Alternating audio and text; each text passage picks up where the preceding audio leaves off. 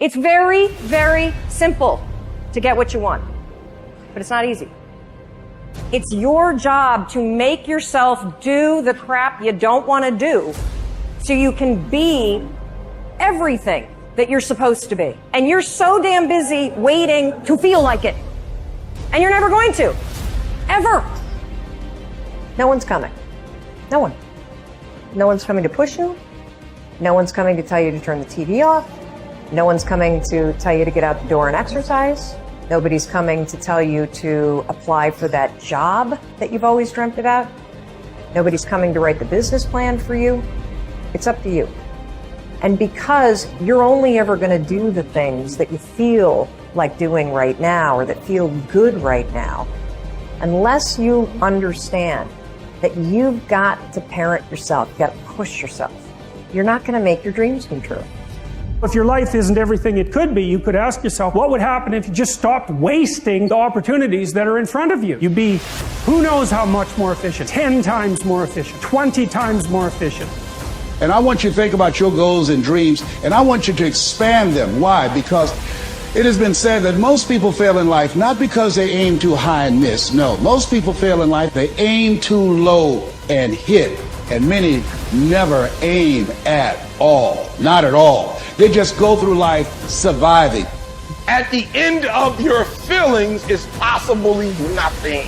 But at the end of your principle is a promise. And some of you are where you are. If you could be real with yourself, you have gotten yourself in some mess because of your feelings. We are losing control. And it's time for those of you in this room to take control. You've held up your someday. Either you didn't get the right information or you got it, you didn't use it, you're not getting up early enough. I don't know what you're doing. But when you leave, all I want for you is to live your someday. No more playing after today. And here's the crazy part. All you got to do is look in the mirror. All you got to do is deal with yourself, and then we're going to get to a whole other level. You have no idea how efficient people get. It's off the charts. If we all got our act together collectively and stopped making things worse, because that's another thing people do all the time, not only do they not do what they should to make things better, they actively attempt to make things worse because they're spiteful or resentful or arrogant or deceit, all of those things all bundled together in an absolutely pathological package. If people stop really, really trying just to make things worse, we have no idea how much better they would get just because of that.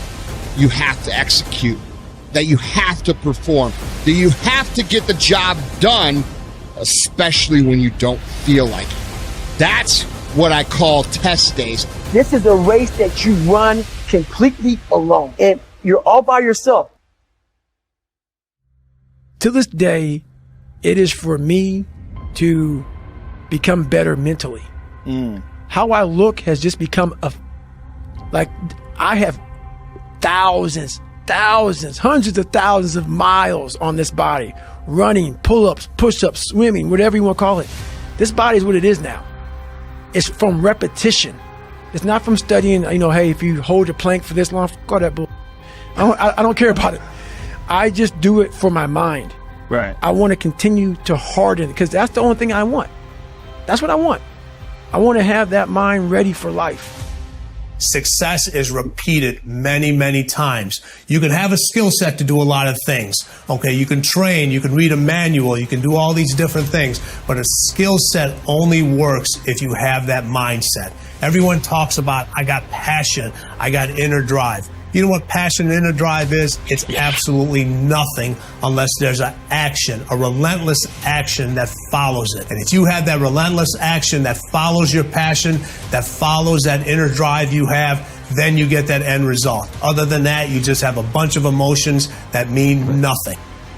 Are you doing what the very few do on the planet today? As you know, one of my core brain tattoos is to have the results 95% of the population do not have. You've got to commit to doing what only 5% of the population are willing to do.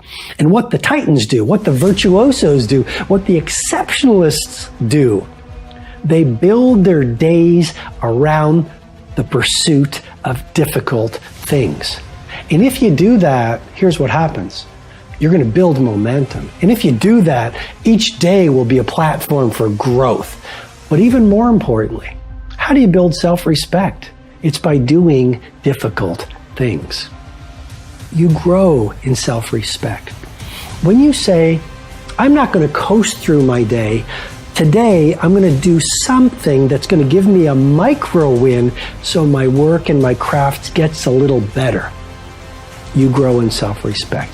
If each day you do difficult things and make these daily optimizations each day through the doing of micro difficulties, you build greater self-respect.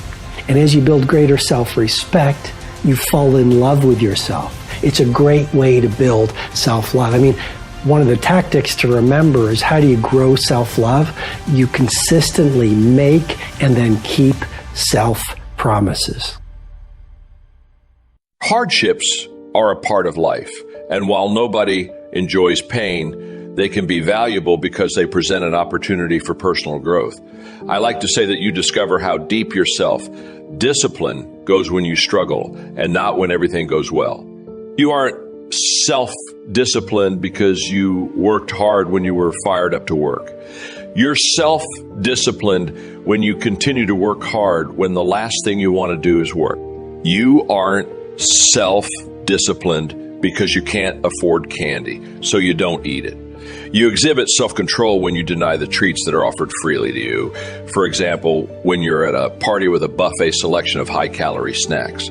You aren't self-disciplined when you wake up early in the morning to work on your new business. You're self-disciplined when you still wake up early in the morning when it seems that your business is going nowhere. Misfortunes aren't fun to deal with, but bearing them nobly strengthens your ability to handle even worse circumstances in the future. In a sense, trials and tribulations are like training. You may not enjoy it, but you know that eventually it will pay off and more than recoup for any suffering you're going through at the moment. We often limit ourselves because we don't think we can achieve something. Today, it may be hard for you to imagine that you can live without dessert or that you can live below your means. It doesn't mean it's impossible, though. It's only your subjective opinion, not a fact of life. Moreover, thinking that you're unlikely to win means that you'll put in less effort than you could. Why would you work your fingers to the bone if you were uncertain of success? Rock climbing has made it particularly clear to me. When you approach the route thinking that it's beyond your abilities, you won't do your best. After all, why try your best if you know that you aren't going to climb it anyway? You'll most likely give up when you encounter the first obstacle, while a person thinking they can climb it will fight as hard as they can to keep climbing. In the end, the person that doesn't believe in their abilities will give up along the way, while the person that is certain of their abilities will reach the top. Periodically, try things that you think are outside of your ability with a positive attitude and in the belief that you can succeed. Chances are you'll get a positive surprise and achieve something you thought was beyond your reach.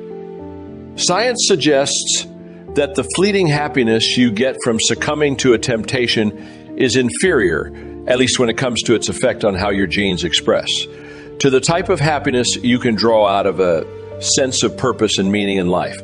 According to the study, a person guided by a deep sense of purpose is less likely to suffer from inflammation and more likely to have a stronger immune system.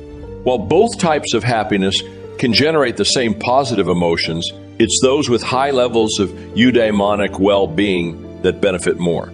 Since the results come from a study on just 80 participants, we shouldn't treat the conclusions as a broadly applicable scientific fact. However, there's definitely immense power in having a mission in your life. When all of your decisions are aligned toward a better future, even if you're suffering at times because things don't go as planned or it's hard to maintain self-discipline, you wake up fired up with vigor and a sense of purpose you'd never get if you were to prioritize hedonic well-being. Succeeding in life has always been a matter of doing that which the great majority does not do.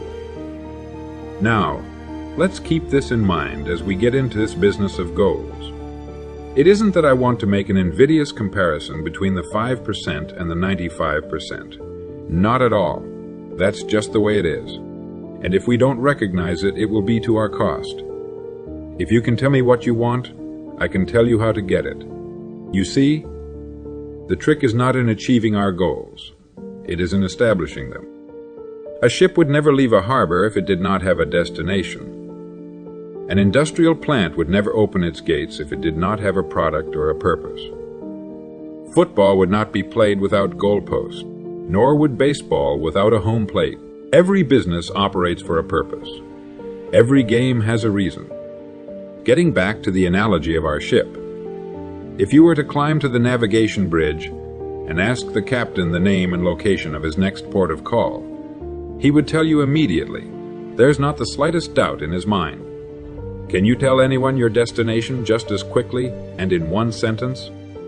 The captain of the ship knows that he can arrive at only one port at a time. He knows that it's impossible to arrive at two. Do you know that? He also knows that his destination will be invisible for fully 99% of his voyage. But he knows it's there and that he'll reach it, barring an unforeseen catastrophe, if he will just keep doing certain things a certain way every day. One fine morning, his destination will appear on the horizon. He'll sail into port, his voyage successfully completed. When his business has been accomplished, he'll then sail to another predetermined port of call. And this will take him and his ship from one success to another for the rest of both of their lives. By understanding that he can reach only one port at a time, the owner of ship can, in the short space of a very few years, reach hundreds of ports successfully. There'll be problems, lots of them, but they'll be solved, and the ship will steam its solitary course over the deep oceans of the world, devoting its life to accomplishing its mission and contributing its share to the welfare and economy of the world. Men and women who follow this sensible, obvious, and meaningful way of life will do the same. But the paradox is that most are like ships without rudders.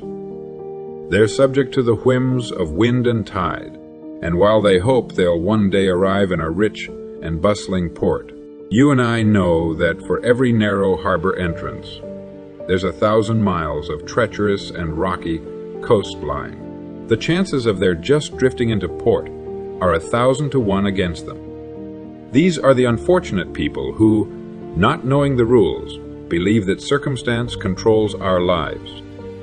They believe in luck and superstition, fate, the breaks. They believe that success comes as a result of who you know, not what you know. And while they cling to their false alibis, life passes them by, for the rules of life are just, and they are checkmated, without haste, but without remorse. Now what about you?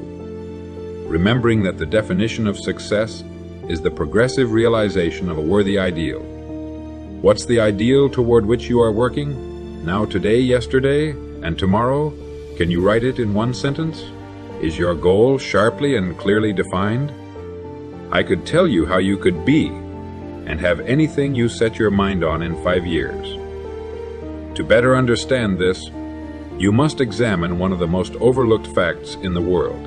It is that every job, no matter what it may be, holds somewhere within itself the key to everything we want in life, the key to greatness. But we must look for it, and we must think. Decide to become a professional at your business.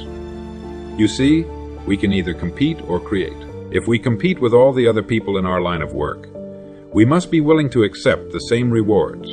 If that's what we want, fine. But if we want to become professionals at what we do, then we must create. And when we begin to do this, there's no limit to that which we can achieve.